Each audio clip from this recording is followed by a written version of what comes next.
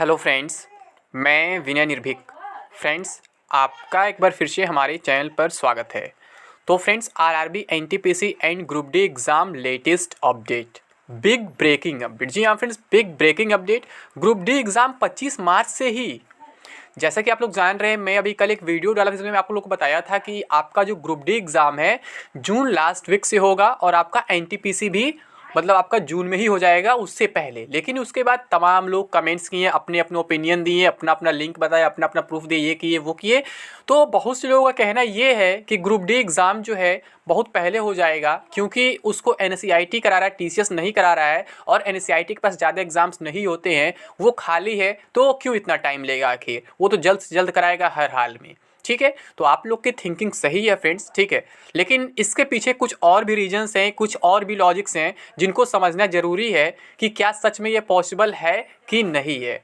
आप ये बात बिल्कुल सही कह रहे हैं कि अगर हम एनसीईआरटी को टीसीएस से कंपेयर करें तो टीसीएस हर महीने हर दिन कहीं ना कहीं बिजी ही रहता है। बहुत कम चांस रहता है एक महीने में कि उसका 4-5 दिन खाली मिल जाए।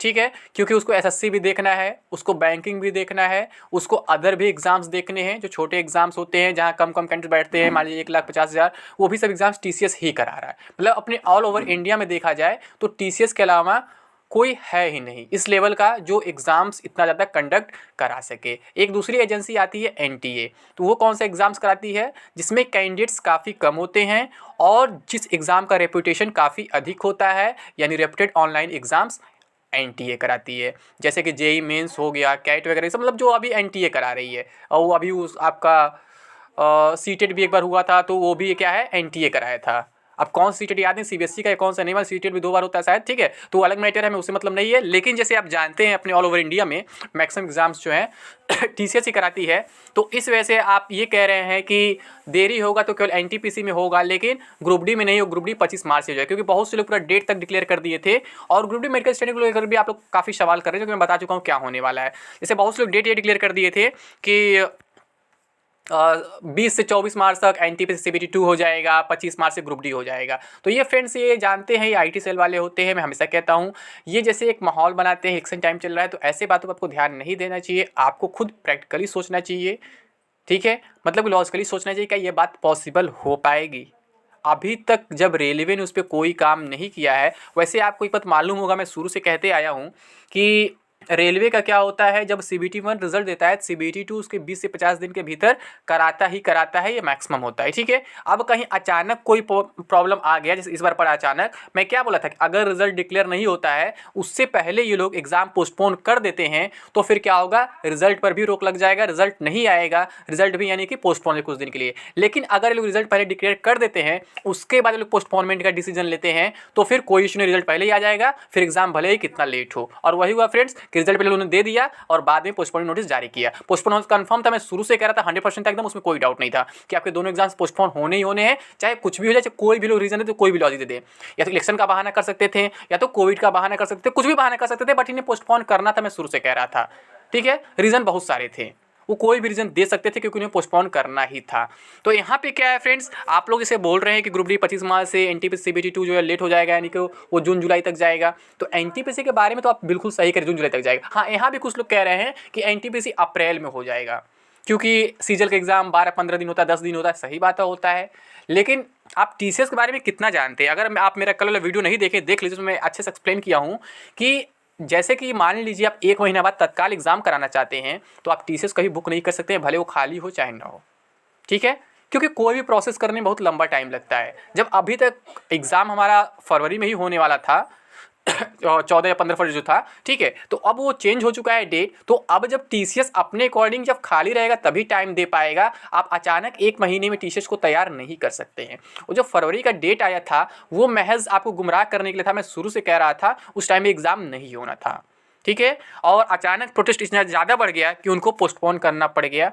अगर प्रोटेस्ट नहीं बढ़ता तो कुछ और लंबा खींचते, फिर लेट में आके नोटिस देते 2-3 दिन पहले कि हाँ भैया अब एग्ज़ाम हम नहीं कराएंगे, अभी ये रीज़न है वो रीज़न है। लेकिन वो होना था, पोस्टपोन होता है था, उसमें कोई डाउट नहीं है। तो आप लोग जो कह रहे हैं अप्रैल में, तो इतना पॉसिबल नहीं है।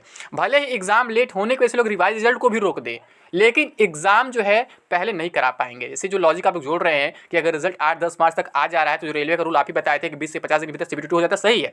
बट यहाँ पे क्या है, वो सब कुछ पहले से प्लान रहता है तब होता है। अब यहाँ पे जब ये लोग रोके हैं तो अब फिर से इनको TCS से टाइम लेना पड़ेगा, और TCS का शेड्यूल आप पहले ही देख चुके हैं, पूरा SSC तो ले ही लिया है, बाकी जो बचे कुछ डेट्स हैं, कुछ अदर ऑर्गेनाइजेशन, कुछ अदर कमीशन ले लिए होंगे जिनके बारे में हम आप नहीं जानते हैं, और फिर कुछ जो डेट्स हैं IBPS SBI वगैरह ले लिए होंगे। ठीक है, तो यहाँ पे क्या है, इतना आसान नहीं है कि TCS को आप 1 महीने में तैयार कर ले एग्जाम कराने के लिए, तो इतना आसान नहीं है। ठीक है, तो इसीलिए मैं बोला था कि जून में होगा। और अगर हम ग्रुप डी की बात करें फ्रेंड्स, तो ग्रुप डी का क्या है, आप कह रहे हैं NSCIT ये ठीक है, लेकिन अभी क्या है ना, अभी इसकी भी पॉसिबिलिटी है कि एजेंसी चेंज हो सकती है।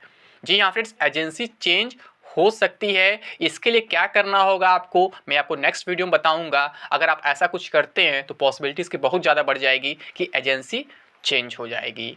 तो आप लोग कमेंट बॉक्स में बताइए ज़रूर कि आप लोग एजेंसी चेंज कराना चाहते हैं कि नहीं चेंज कराना चाहते हैं। ठीक है, फिर आगे की हम बात करते हैं। इसमें बात ये है कि अगर मान लीजिए इन केस एजेंसी चेंज नहीं होती है, यानी कि NSCIT ही रहती है, तो फिर कब तक एग्ज़ाम होगा, कैसे 25 मार्च वाली बात क्या तब सही है या फिर तब भी गलत है। तो फ्रेंड्स मैं बता दूं, अगर एजेंसी चेंज नहीं होती है तो भी इसकी बहुत कम पॉसिबिलिटी बचती है कि ये लोग इतना जल्दी एग्ज़ाम करा पाएँ, क्योंकि अभी इन लोग को भी अभी कुछ कन्फर्मेशन नहीं है। अभी इस ग्रुप डी एग्ज़ाम पर भी नोटिस इनको जारी करना है कि हम CBT 2 कराएंगे कि नहीं कराएंगे, मेडिकल स्टैंडर्ड क्या करेंगे, वापस लेंगे कि नहीं लेंगे। ठीक है, तो इसमें भी टाइम लगने वाला है, ये भी 10 से 15 मार्च तक जाने वाला है, फिर उसके बाद ही ये लोग कुछ कर पाएंगे। तो 25 मार्च से तो बिल्कुल इम्पॉसिबल है, बिल्कुल फेक न्यूज़ है। मैंने बोला कि ये लोग क्या है, मतलब ये कह सकते हैं स्पैम वाले, केवल स्पैम करते हैं कमेंट बॉक्स में कि ये इस दिन होगा, ये उस दिन होगा, और बाकी बस माहौल बनाते, बाकी कुछ नहीं है। कुछ तो इस हद तक बोल दिए हैं कि जुलाई बात सच मान ली है, जून जुलाई तक ज्वाइनिंग सच में हो जाएगा। ठीक है, जो बिल्कुल पॉसिबल नहीं है। मैं बता चुका हूँ जून जुलाई वाली बात होगी, बट अगले साल 2023 में वहाँ ज्वाइनिंग स्टार्ट होगी, वो भी कंप्लीट नहीं होगी। तो अगर हम बात करें ग्रुप डी एग्जाम का, अगर NSCIT ही कराते हैं तो कब तक होगा, तो फ्रेंड्स फाइनली वही कहूँगा जो मैं पहले कहा था। ठीक है, कि वही जून के लास्ट वीक से ही स्टार्ट हो पाएगा, इससे पहले उम्मीद कम मुझे दिख रहा है। ठीक है, अगर बहुत पहले होता है तो अप्रैल लास्ट मई तक बोल सकते हैं, बट 25 मार्च बिल्कुल इम्पॉसिबल है। ऐसे बातों पर आप ध्यान मत दें, ये बिल्कुल फेक है। ठीक है, अगर अप्रैल लास्ट तक लोग प्रिपेयर हो जाते हैं तो पॉसिबिलिटी है, बट इसकी पॉसिबिलिटी थोड़ी कम है। लेकिन मार्च वाली बात तो बिल्कुल इम्पॉसिबल है, और जो ज्वाइनिंग हल्ला कर रहे हैं कि जून जुलाई में हो जाएगा, ये भी बिल्कुल इम्पॉसिबल है।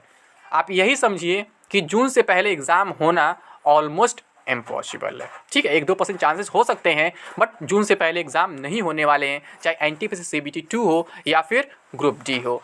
वैसे अगर आप ग्रुप डी कैंडिडेट है तो आप मेरे नेक्स्ट वीडियो का इंतजार करें, जिसमें आपको बताने वाला हूं कि आप कैसे NSCIT को हटा सकते हैं। और अगर NSCIT हट जाता है तो फिर आप समझ लीजिए कि जून जुलाई में भी एग्ज़ाम आपका नहीं हो पाएगा, फिर हो सकता है अगले साल जून जुलाई तक चला जाए, क्योंकि जून तक का TCS कैलेंडर आ चुका है SSC के थ्रू, मतलब वो SSC के एग्जाम जून तक करा रहा है। उसके बाद का कैलेंडर नहीं मालूम है कि उसने कहीं का और एग्जाम लिया है कि नहीं लिया है, क्योंकि सेंटर बुकिंग फ्रेंड्स बहुत पहले हो जाते हैं, कहीं 4 महीने पहले, कहीं 5 महीने पहले, कहीं 6-7 महीने पहले भी हो जाते हैं। तो 1 महीने में तो बुक करना इतना आसान नहीं है कि आप 1 महीने में TCS को बुक कर लेंगे। इसलिए मार्च वाली बात से दूर रहें, चाहे ग्रुप डी का मामला हो या फिर NTPC CBT 2 का मामला हो। आप NSCIT को भी 1 महीने में तैयार नहीं कर पाएंगे, भले वो कितना खाली है, उसके पास मतलब एग्जाम्स नहीं है, फिर भी 1 महीना बहुत छोटा समय होता है कोई भी काम करने के लिए, मतलब ये एग्ज़ाम प्रोसेस करने के लिए पूरा। ठीक है, उनको पूरा डेटा जुटाना पड़ेगा, फिर सब कुछ करना पड़ेगा, इतना आसान नहीं है।